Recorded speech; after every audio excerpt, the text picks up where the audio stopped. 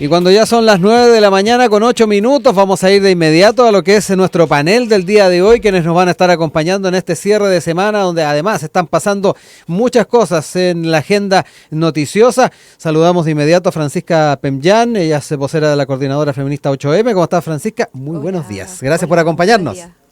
Y también está con nosotros Esteban Montaner, investigador del equipo de contenidos del Instituto Red Pública. También bienvenido, Esteban, y gracias por acompañarnos. Hola, Rodrigo, muy contento de estar acá. Oye, vamos a partir con lo que además está ocurriendo en estos momentos. Ya se está desarrollando la audiencia de formalización del ex subsecretario Manuel Monsalve. De hecho, ahí estamos en una de las pantallas que tenemos acá en el estudio observando lo que es particularmente esta formalización. Se está a la expectativa de aquello y que ha ido de la mano con varios acontecimientos en las últimas horas. No solamente lo que es esta formalización por denuncia de violación, sino que además todo lo que vino de la mano con la detención de la ex autoridad. Se ha dicho ahí que desde el Ejecutivo no se sabía que efectivamente en qué momento se iba a desarrollar esta detención de Monsalve, pero además, independiente de aquello, está, y además del aspecto estrictamente jurídico, los costos que va a seguir asumiendo la moneda y el Ejecutivo a propósito de este caso. En ese sentido va a ser bien importante ir entrando en esa temática. Desde la oposición se ha estado apuntando bastante respecto al timing con el que se reaccionó por parte del Ejecutivo en esta denuncia, pero quiero quedarme con ustedes para que hagamos esta revisión general de lo que está ocurriendo el día de hoy y particularmente las proyecciones en distintos ámbitos. Parto contigo, Francisca, para que me cuentes un poquito cómo has estado siguiendo este tema y efectivamente ir analizando también los apuntes que se han hecho desde distintos sectores políticos, también la forma en que la propia moneda ha asumido esto. Bueno, yo creo que el punto que menos se ha tomado y que menos se ha tocado en este minuto es justamente el tema de la revictimización, ¿ya? Y del enfoque. No ha habido ningún enfoque de género en este caso por parte de nadie. Y eso ha sido bastante complejo porque tenemos todas las informaciones que hemos recibido. Sí. Han generado una revictimización de la compañera que está que denuncia, sí. ¿Ya? Hasta la declaración del padre. Entonces, lo que salió en televisión hace unos días atrás. Claro, porque finalmente todo, al tratar de... A ver, hay una mala comprensión de lo que es la protección hacia las víctimas y ese es el tema que, a mi parecer, deja más que desear en esta situación, porque más allá de que haya sido el subsecretario quien estuvo envuelto en esta situación, o quien sea, o un futbolista o cualquiera, hemos tenido una cobertura mediática y judicial que ha demostrado grandes carencias respecto de cómo protegemos a quien denuncia. ¿Ya? Independiente de que esta denuncia podamos compartirla o no, consideremos que es cierta o no, y el resultado que tenga, aquella una persona que se siente vulnerada, que se siente además, a mí me ha tocado leer, la declaración que se ha compartido, que además se ha compartido en todas partes, claro, que ha sido bien terrible, complicado. Que se siente además que tiene una sensación de ignorancia respecto de lo que le pasa. Que le pregunta al victimario en un minuto y que el victimario le responde que tampoco tiene conocimiento. Entonces, todo eso te genera un vacío que es muy difícil de subsanar, pero que además ella tuvo la capacidad de hacerlo en un corto plazo. Generalmente hay todo tiempos que se conocen y que se han como estandarizado respecto de que una víctima puede demorarse hasta 20 años en denunciar. O sea, yo creo que ella fue súper valiente al sentir que había algo que no le parecía. Es como lo que se dice de repente, o sea, como es una cosa como casi de la guata, como decir, oye, acá hay algo que no está bien y voy, pero el costo de hacerlo, yo creo que ha sido devastador para ella.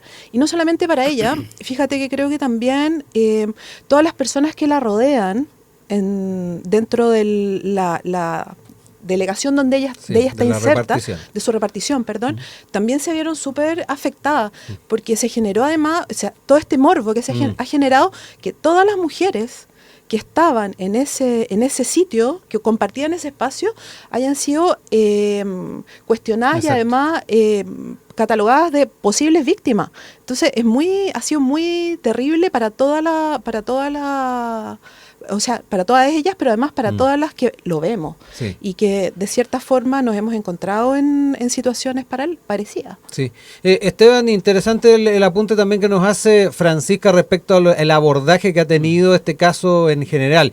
Y digámoslo, además que se dio en un contexto previo a una elección, obviamente ahí también el grado de aprovechamiento político que pudo haber tenido se fue tal vez incrementando, pero es bien importante el punto que hace respecto a esta suerte o particularmente de la revictimización que se ha ido observando en la cobertura, en la forma que ha sido tomado también por algunos sectores políticos y cómo se sigue observando. Tenemos ahí una formalización a esta hora. Me gustaría también saber cómo lo ves desde ese prisma. Sí, a ver, a mí me parece que tal como por ejemplo el caso Cabal en el gobierno de la nueva mayoría fue como un misil a la base, ¿no? de alguna manera del liderazgo que había construido la presidenta Bachelet en torno a transparencia, digamos, a cercanía, a que básicamente estaba exenta de este tipo de problemas.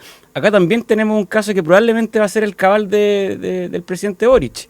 Porque si vamos a, por ejemplo, al caso de convenios, que sea, este va a ser el Cabal, está bien, es una cuestión económica, pero cuando un gobierno se declara abiertamente desde el día 1 feminista y básicamente le entrega privilegios a un subsecretario denunciado por violación, primero, discutiéndolo a puerta cerrada, digamos, con la ministra del Interior y el presidente, se le avisa de que están haciendo diligencia en su habitación del hotel para que vaya a hacerlo, cuestión que no tiene ninguna persona, digamos, en general que se está siendo investigada. Ahora nos sorprendemos de que la ministra del Interior no sabía que iba a ser detenido. Me parece muy bien que no haya sabido que iba a ser detenido, si justamente la gracia de una policía eficiente también es que sea independiente, ¿no? Entonces, ese tipo de cosas a mí me parecen que va a perseguir al gobierno en este año que le queda. Esto probablemente va a ser el hecho noticioso más importante. O sea, si la Fiscalía logra acreditar los hechos que le está imputando, al menos podría llegar incluso a tener una pena de 15 años de cárcel, con todo el problema que eso implica luego del punto de vista penitenciario.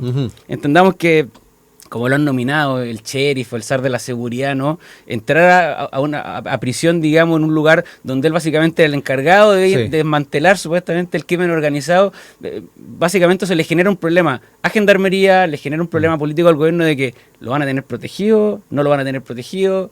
Al final del día eso también es otro tema de alguna manera que se suma a una lista ya de cargas que, claro, en un año electoral no es fácil, digamos, bueno, aunque en este país ya años electorales son casi todos, digamos, pero al menos en uno que hay una campaña presidencial importante.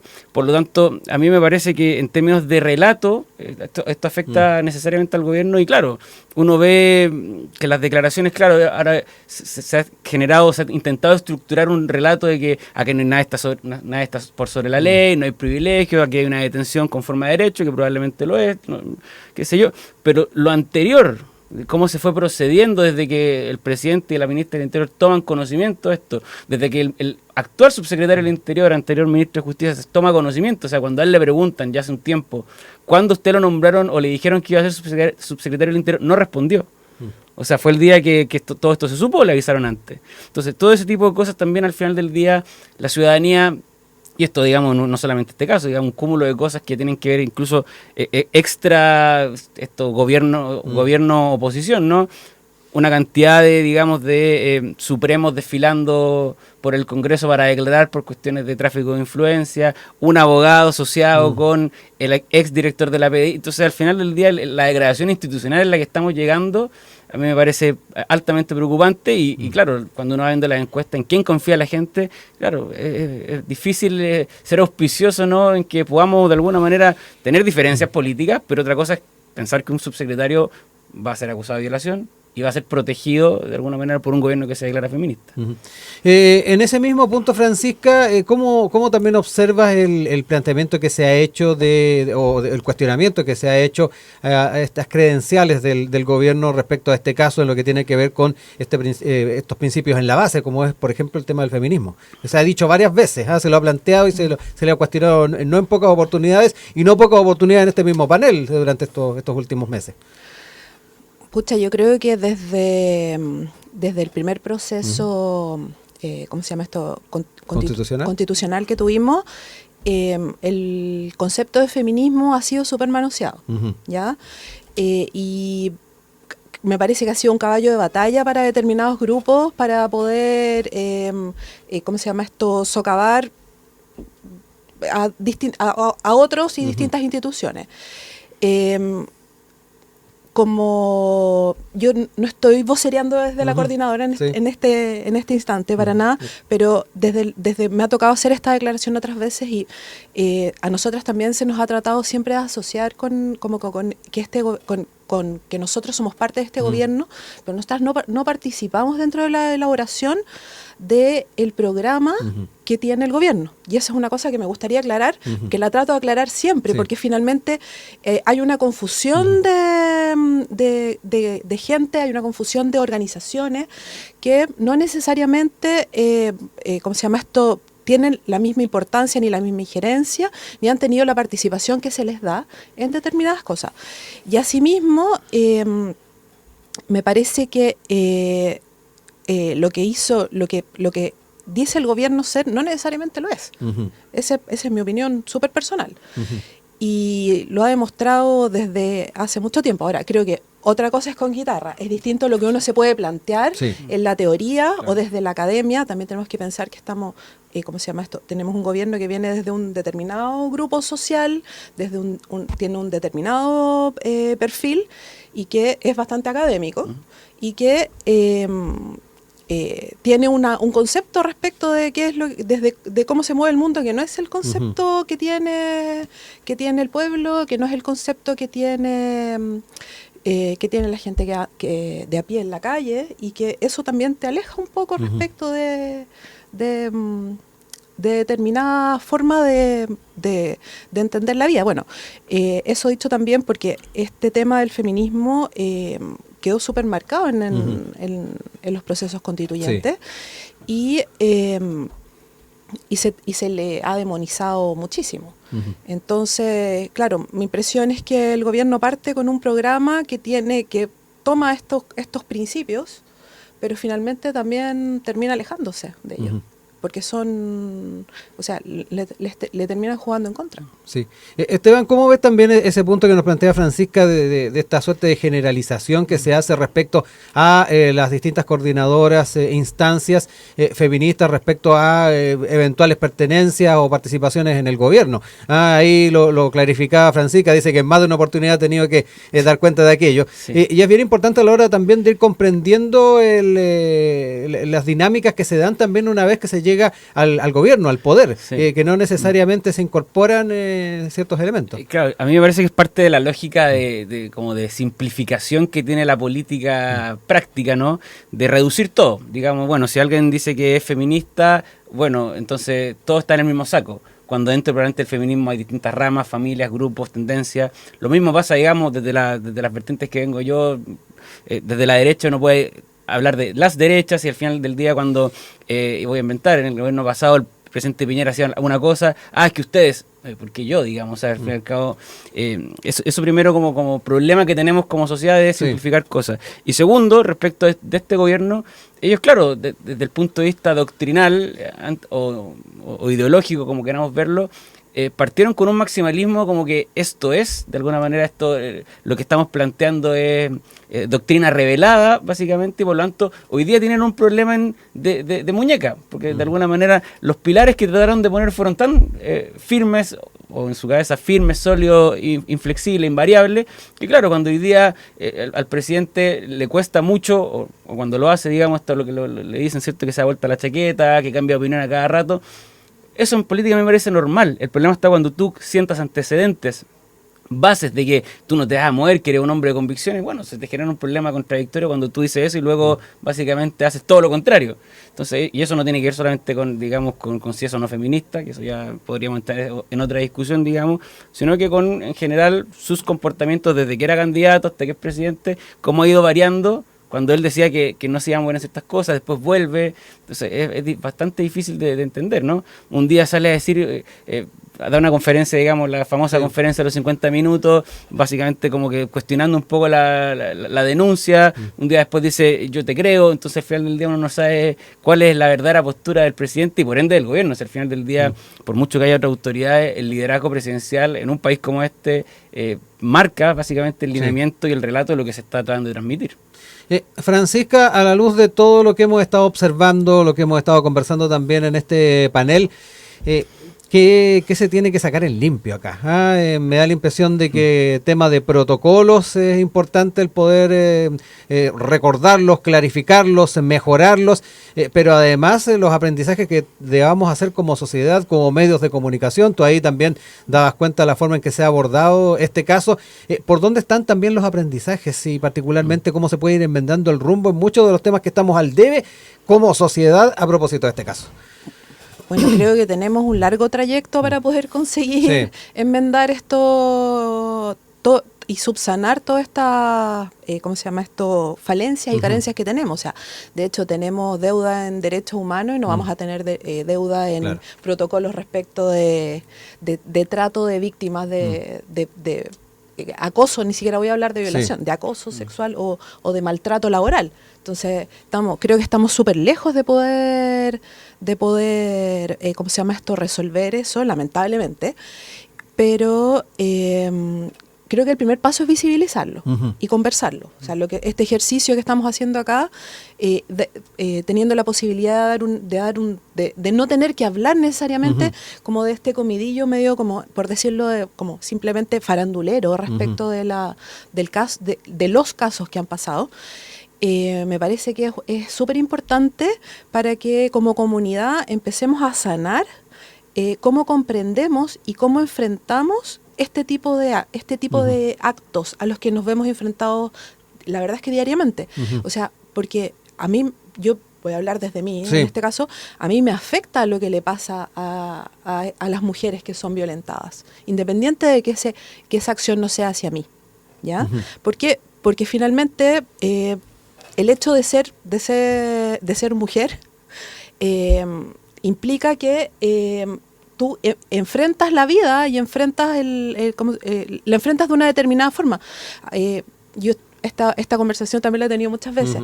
Yo si salgo a caminar en la noche de vuelta a mi casa, mi actitud frente a la calle es distinta a la de un hombre. Y eso es una realidad.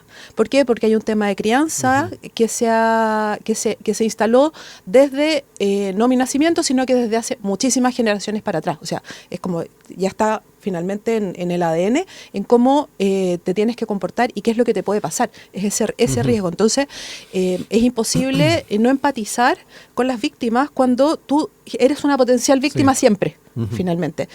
Y la forma de resolverlo solo está dada por la educación. O sea, cómo transformamos nuestro pensamiento para poder entender que sí más sí más sí más no es igual a no. Y eso es una cosa que creo que las generaciones, como ya desde Esteban, que es un poco menor, que nosotros tienden a comprenderlo un poco más. Y un comentario a propósito, de que al final también de repente cuando uno piensa en sociedades, uno podría decir más desarrolladas. Yo viví en España y en Europa uno dice, no, es que estos gallos van un poco más adelante, y a veces uno dice que verdaderamente no. Te diría que hay un concepto que se utiliza mucho, el machito español, digamos. Yo consideré que los españoles son...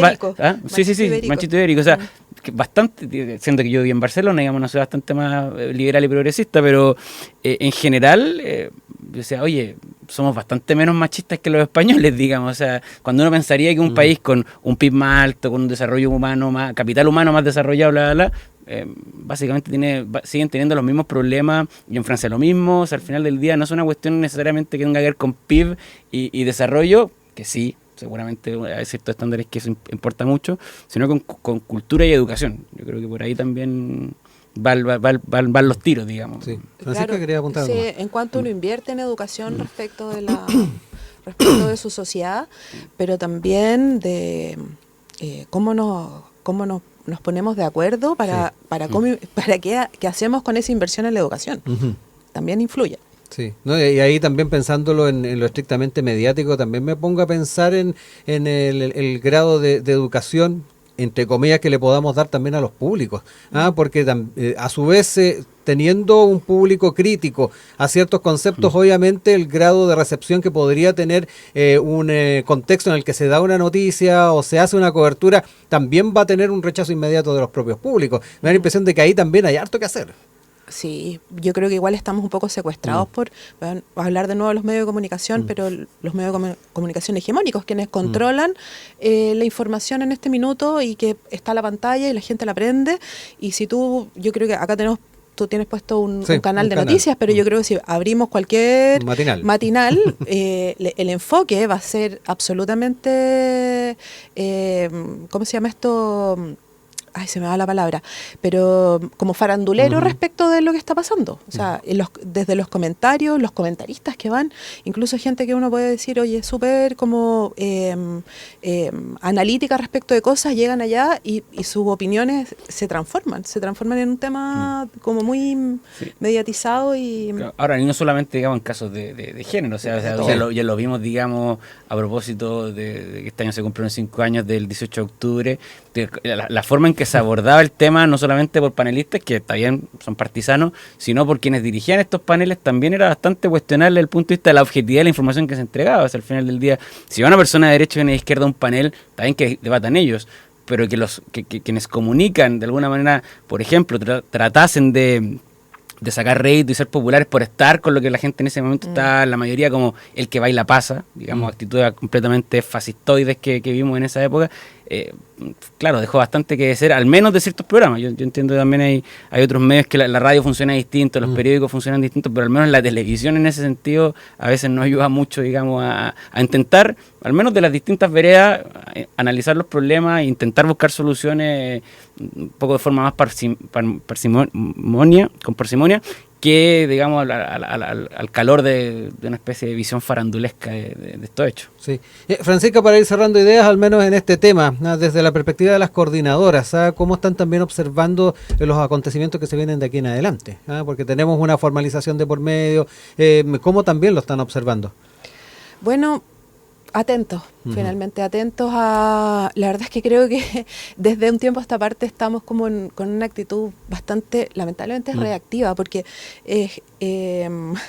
pasa algo que es muy noticioso y que es muy terrible y pasan 5 o 6 cosas encima. Entonces, creo que eso como sociedad nos quita la capacidad de poder reflexionar, darle una vuelta un poco más larga y poder analizar efectivamente y realmente por dónde seguir. ¿Ya? Entonces, claro, este tema, como dijo Esteban, estamos como en una vida electoralista, porque hay elecciones todos los años. Viene ya el otro año otra. Sí, no, hace que todo análisis o toda reacción sea demasiado reactiva. Entonces creo que tenemos que bajar, en mi opinión, un cambio y tratar de realizar análisis un poco más profundos y extensos respecto de lo que está ocurriendo y por qué está ocurriendo. Sí. Y también de esta aceleración de los procesos, porque claro, no da tiempo, todo es muy encima. Sí, ahí esta dinámica, estos ritmos, Esteban, de verdad que de repente también conspiran para poder hacer una reflexión un poco más concienzuda respecto a distintas situaciones que se dan. Sí, no, y fundamentalmente, claro, en este caso tú lo decías al principio, Rodrigo, no respecto de los posibles réditos políticos que se podían sacar de cara a una elección, un cambio de gabinete. Entonces al final también perdemos un poco el foco de la gravedad de los hechos, porque, oye, ya, que se vaya la ministra Toá y la ministra Orellana, está bien. Aparte que yo sinceramente creo que eso va a dar un poco de aire, pero tampoco es que la dirección del gobierno vaya a cambiar mucho por cambiar 2 nombres, digamos, ¿no? Pero claro, al final el bosque, ¿cierto? O sea, los árboles nos impiden ver la pradera al fondo y intentar buscar soluciones o reflexionar verdaderamente sobre lo que nos pasa. Yo entiendo que la política contingente, claro, yo trabajé en un gobierno y básicamente es una moledora de carne en el cual sentarse a pensar es básicamente un privilegio inexistente. Pero que es necesario. O sea, si no lo van a hacer ellos, tendría que hacerlo la sociedad, pero para eso se tienen que intentar sentar ciertas condiciones para que eso sea posible. Sí, Francisca. Y una cosa súper corta. ¿Y cuál es el costo de sacar ministros finalmente? En términos políticos. O sea, ¿a qué va? O sea, ¿qué nombre tienes? ¿Cuál va a ser su línea? También genera más incertidumbre, más de las que ya tenemos. Sí, es lo que se ha planteado particularmente en interior, con una agenda de seguridad de por medio. No son pocos los que dicen si sería algo adecuado prescindir de la figura de Carolina Toá. Ahí a mí me parece súper interesante también lo que pasa justamente con Monsalve, respecto de que, claro, éticamente es muy cuestionable que el gobierno no lo haya sacado de inmediato, pero lo que dice Esteban, sin tiempo de poder pensar y de poder encontrar reemplazos que sean, ¿cómo se llama esto?, que tengan legitimidad, y en el minuto de tener que negociar el presupuesto de seguridad con una agenda de seguridad que nos tiene, que tiene a todo el país reactivo, y no solamente el país. Yo creo que el continente está en una situación bien parecida, o sea, no somos solo nosotros. También te hace preguntarte, sí, efectivamente esto es súper grave, súper serio, pero ¿y qué pasa si se posterga la glosa de seguridad? Entonces, claro, estamos ahí todo el tiempo en en este equilibrio que es súper... Este es un país muy estresante. Ya son las 9:38 acá en Enlace USACH. Estamos junto a Esteban Montaner, Francisca Pembián, quienes están en nuestro panel del día de hoy abordando distintas temáticas de la actualidad. Y ahora nos vamos a quedar con estos, ya una semana que nos está quedando de campaña, con miras a la segunda vuelta de los gobernadores regionales y particularmente del tenor que ha estado asumiendo en la región metropolitana. Ya se están desplegando los equipos de ambos Orregos, Claudio y Francisco, pero también en este fragor hemos estado observando puntos de vista y planteamientos que se han estado realizando. Y nos queremos quedar, con algunos puntos de vista que planteó Francisco Orrego en torno a la figura de los gobernadores y una lucha que se ha estado dando por parte de los gobiernos regionales desde hace bastante tiempo, que la han hecho bastante propia y que tiene que ver con las facultades, que efectivamente se está a la expectativa de que se puedan ir incorporando al cargo y que tienen actualmente las delegaciones presidenciales que, recordemos, dependen del gobierno central. En ese sentido, a contrapelo de lo que han planteado muchos gobernadores y gobernadoras, Francisco Orrego es de la línea, contrario a la línea de traspasar facultades de los delegados a los gobernadores. Él dice es un sistema presidencialista, en un sistema presidencialista como el chileno, es clave que las fuerzas de orden y seguridad pública estén ancladas en el Ejecutivo. Es parte entonces de lo que señaló el candidato de la oposición al gobierno regional metropolitano. Es alguno de los puntos que se han estado poniendo sobre la mesa a propósito de esta campaña. Nos quedan ya poquito más de una semana para esa votación que vamos a estar desarrollando sin ir más lejos el 24 de noviembre. Esteban, parto contigo ahora para que me cuentes un poco, no solamente cómo ha estado siguiendo en general a esta campaña, sino que además hablar un poquito de estos apuntes que, como decía, van algo o bastante a contrapelo de lo que han señalado los gobernadores en general. Primero decir que, claro, una campaña que ha estado, al menos yo la seguí bastante, al menos por redes, que es así, bastante entretenida, ¿no? Porque yo creo que al menos el gobernador Orrego no pensaba hace, 3-4 meses de que se iba a tener que enfrentar una segunda vuelta. Así, cuando uno miraba, por ejemplo, el número, cuando en algún momento la UDI intentó levantar Isabel Pla, por ejemplo, no marcaba más del 12%. Entonces, bueno, primero que fue, digamos, uno de los apuntes interesantes de ese día de la elección. Algunos que decían incluso que hubo confusiones. Claro, ¿cuál Orrego tengo que votar, digamos, ¿no? Eso como primera cosa. Como segunda, y siendo una persona de región y que me tocó en uno de los magísteres que hice hacer un trabajo justamente sobre la descentralización y los gobiernos regionales, claro, en principio yo te diría que sí, la ley de gobernadores tiene un problema que es un poco Frankenstein, ¿no? Es como intentar avanzar en descentralización creando una figura cuya mayor gracia, digamos, hoy día es que tiene legitimidad democrática, que no es una gracia menor, digamos, pero de la cual carece de muchas facultades. Eso como primer apunte. Como segundo, o que se sigue el primero, ¿no? Esa creación de una figura con legitimidad democrática en un sistema unitario, centralizado, con cierta descentralización administrativa, evidentemente traspasar la fuerza policial o las facultades del orden público a una figura electa es complejo. Al igual que es complejo, por ejemplo, crear un Ministerio de Seguridad sacándolo de Interior, yo digo, ya, ¿y qué hace Interior entonces? Y dice, no, es que va a coordinar políticamente. Bueno, entonces, ¿qué hace las Express? O sea, hay un problema, digamos, de modelo de Estado que habría que conversar. O sea, yo no tengo, o sea, uno podría pensar en un sistema, esto no es simplemente teóricamente, digamos, federal en el cual las regiones tengan mayor autonomía y tendría mucho sentido que efectivamente tengan capacidad de fuerza pública como la tienen en Estados Unidos. Los gobernadores tienen capacidad en ese sentido. Argentina también tiene algo Argentina tiene algo similar, así. España con las comunidades autónomas, por ejemplo, en Cataluña están los mozos de escuadra, que son una policía, digamos, regional, ¿no? Y que de alguna manera responden a la Generalitat de Cataluña y no al gobierno central. Pero claro, son modelos en el cual las regiones tienen cierto grado de autonomía. En el caso como Chile, en el cual, al final del día, el encargado hoy día de la seguridad es el Ministerio del Interior, es lógico, me parece razonable incluso, que quienes ejercen las funciones de orden son, de alguna manera, los subordinados del Ministerio del Interior, que en este caso vienen a ser los delegados.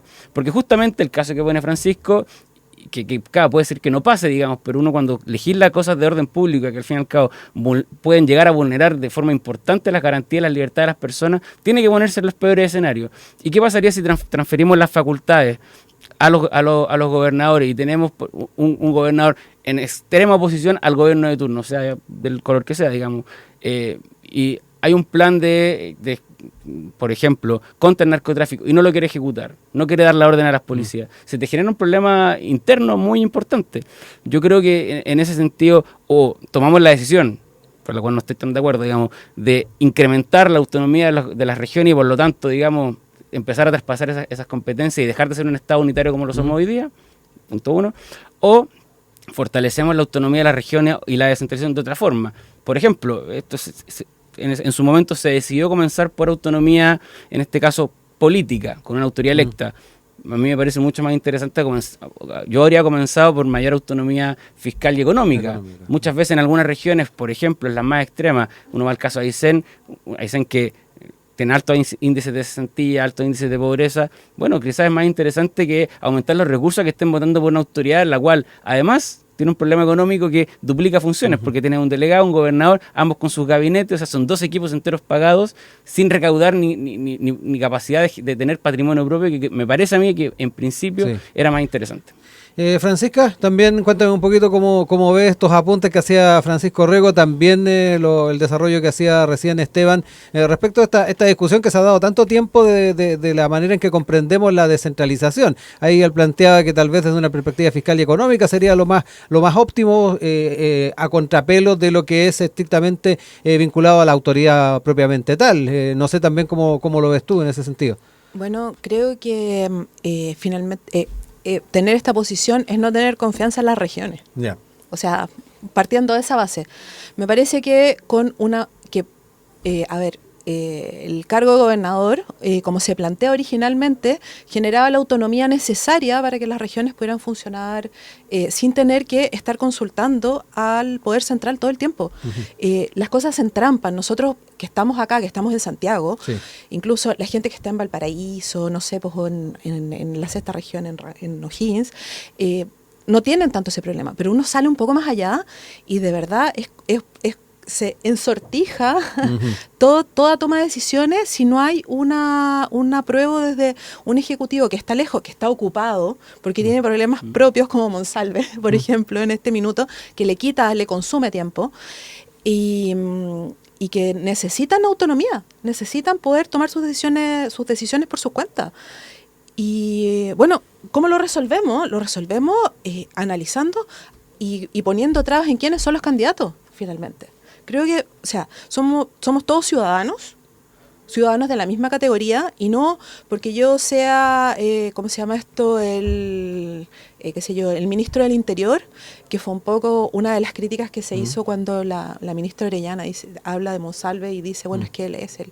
Bueno, somos todos iguales, y si nosotros tenemos nuestra hoja de vida limpia y podemos postular a este cargo, ¿por qué vamos a tener que tener una supervisión sobre eso? O sea, las personas que viven en sus comunidades, que viven en sus regiones, en sus territorios, tienen un conocimiento mucho más vasto y mucho más amplio respecto de cuáles son sus necesidades que alguien que está sentado en un escritorio en La Moneda o en alguno de los ministerios.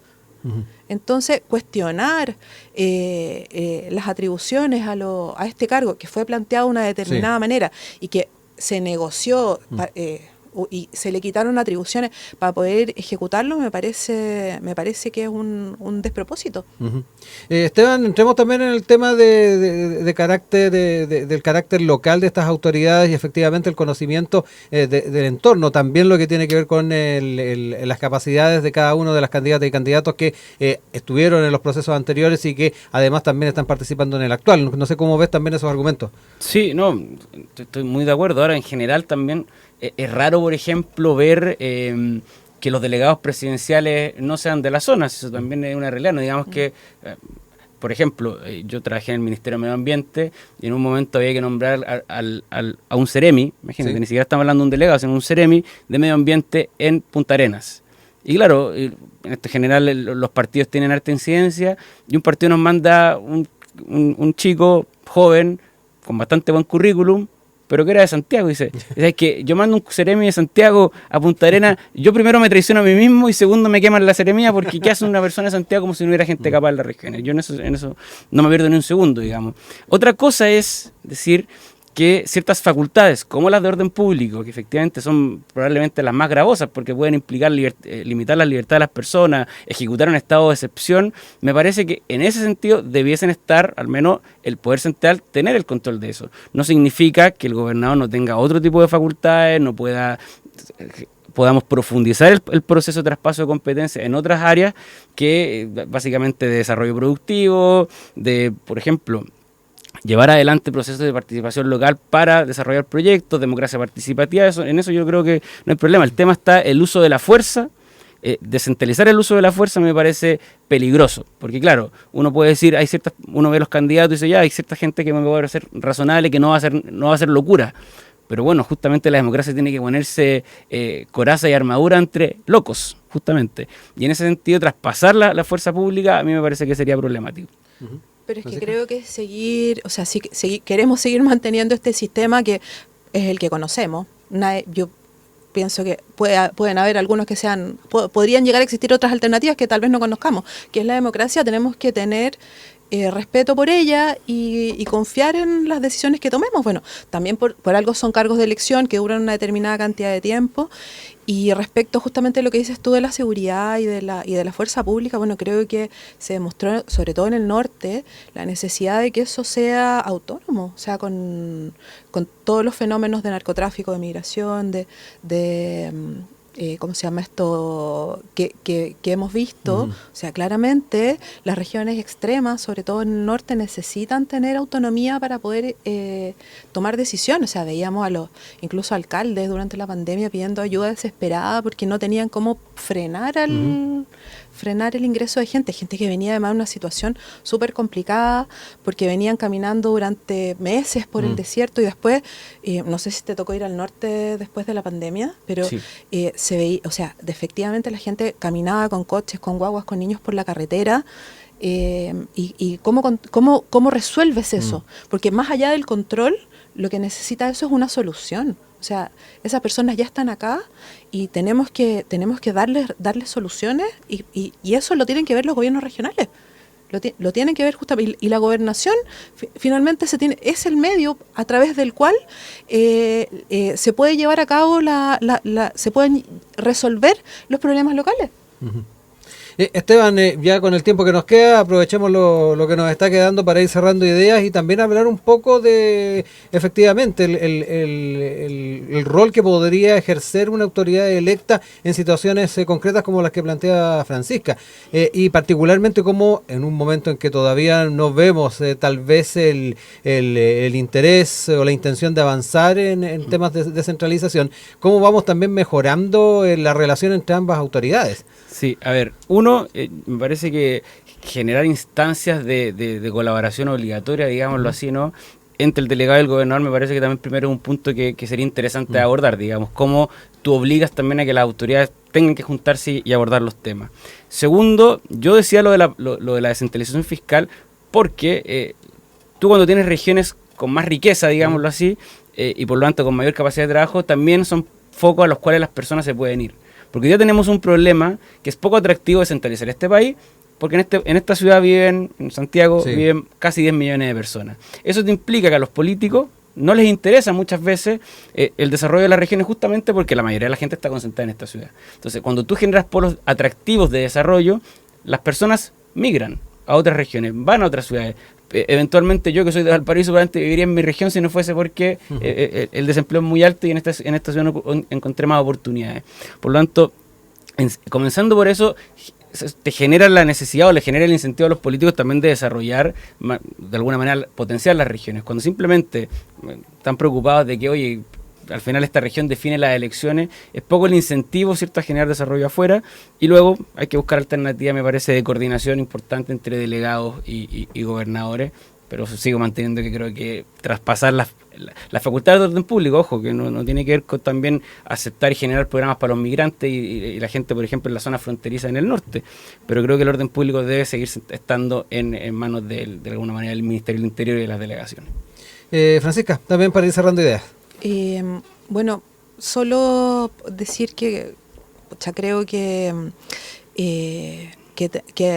tenemos que confiar en quienes elegimos, pero para eso justamente necesitamos mejorar la educación y ¿cómo se llama esto? Y la comprensión respecto de por qué elegimos autoridades. Creo que, y voy a irme a una cosa como un poco más banal de lo que estamos conversando, pero que tiene que ver justamente con esto de que en qué minuto Francisco Rego se transforma en una carta. ¿Qué es lo que le da la condición de carta para ser gobernador? Yo creo que parte, y esta es mi opinión, como un chiste respecto de por qué se llamaba Rego. Y creo que es un juego súper perverso y complicado en el cual han caído de todos los lados políticos, de todos los colores. Bueno, están las cubillos de Las Condes, por sí, ejemplo. o el Jaude de Recoleta, y así, que son los más conocidos, pero en regiones ha pasado más también. Entonces, ¿cómo empezamos también como lados o como grupos políticos a instalar nombres? ¿Y cómo lo hacemos? ¿Cómo elegimos? ¿Cuál es el criterio? Ese es un buen punto, el tema de también de los requisitos eventualmente a quien se vaya a postular un cargo de estas características. Claro, a ver, en el caso de Orrego al final también, digamos, que este es un tema, si se quiere, incluso lo llevaría al campo académico, de evaluar la importancia que tienen ciertos programas, digamos, no sé si de televisión llamarlo, pero de comunicación alternativos, como el caso Sin Filtro, digamos, la cantidad de personas que han ido a ese programa que son o candidatos o políticos, o sea, estuvo Irena Caramano en su momento, Alem Parte, que también era poco conocido hoy día, figura demócrata, Francisco Rego, que terminó siendo candidato y metiéndose 1 millón de votos, digamos, al bolsillo hace 2 semanas. Eso primero. Y respecto a los requisitos, es una discusión siempre complicada, porque establecer más requisitos también limita la democracia de quién puede acceder a un cargo. Claro, yo he escuchado de repente, no, es que toda la gente que va a cargos de elección popular tiene que tener título universitario. ¿Por qué? Hay gente capaz, hay gente con ganas, hay gente buena, digamos, que no tiene título universitario y es candidato. O sea, por de pronto el presidente no lo podría haber sido, por ejemplo. Pero, entonces, siempre hay que tener cuidado cuando uno va a poner requisitos y trabas, porque eso limita también el derecho legítimo que tiene cualquier ciudadano de este país, que uno podría poner básicos, digamos, saber leer y escribir, ¿vale?, para ser candidato. Eso también hay que tener cuidado. Oye, tenemos senadores históricos como Onofre Jarpa, que tenía sexto básico, por ejemplo, y fue senador durante cuántos periodos de la vida. Pero más allá de eso también, dentro del ¿cómo se llama esto?, del Estado, o sea, para poder optar un cargo tienes que tener, o sea, doctorado y postdoctorado a estas alturas, y a los candidatos no les pedimos nada tampoco. Entonces ahí también hay un tema como de incongruencia bien compleja, porque tienes también, no sé, pues gente que puede ser súper capaz, como dice Esteban. Tenemos casos de mucho exonerado político que no pudo terminar de estudiar, o expulsados del CRUCH, que tampoco pudieron estudiar en las universidades del Estado, por ejemplo, y que no pudieron... y que finalmente te agarra la máquina y te arrastra la vida, y que tienen muchas capacidades y que están perdidos porque no terminan sus carreras. Y por otro lado, personajes como dice Esteban, como gestos que aparecen en Sin Filtro, que yo creo que le hace un flaco favor a la democracia ese formato, porque lo faranduliza y no es la idea. Yo creo que tenemos que volver a tener la capacidad de debatir ideas como se hace acá, y sin agredirnos, sin sin interpelarnos, sin luces fuertes y azúcar, flores y muchos colores, como la chica superpoderosa. Pero poder ¿cómo se llama esto? Debatir con respeto y con una crítica sana y constructiva. Ya son las 9:57. Yo quiero agradecerle a Francisca, Esteban, que nos acompañaron en este día viernes cerrando la semana, y atentos a volver a compartir con ustedes a futuro un nuevo panel. Que estén muy bien. Que estén muy bien. Buen fin de semana. Igual.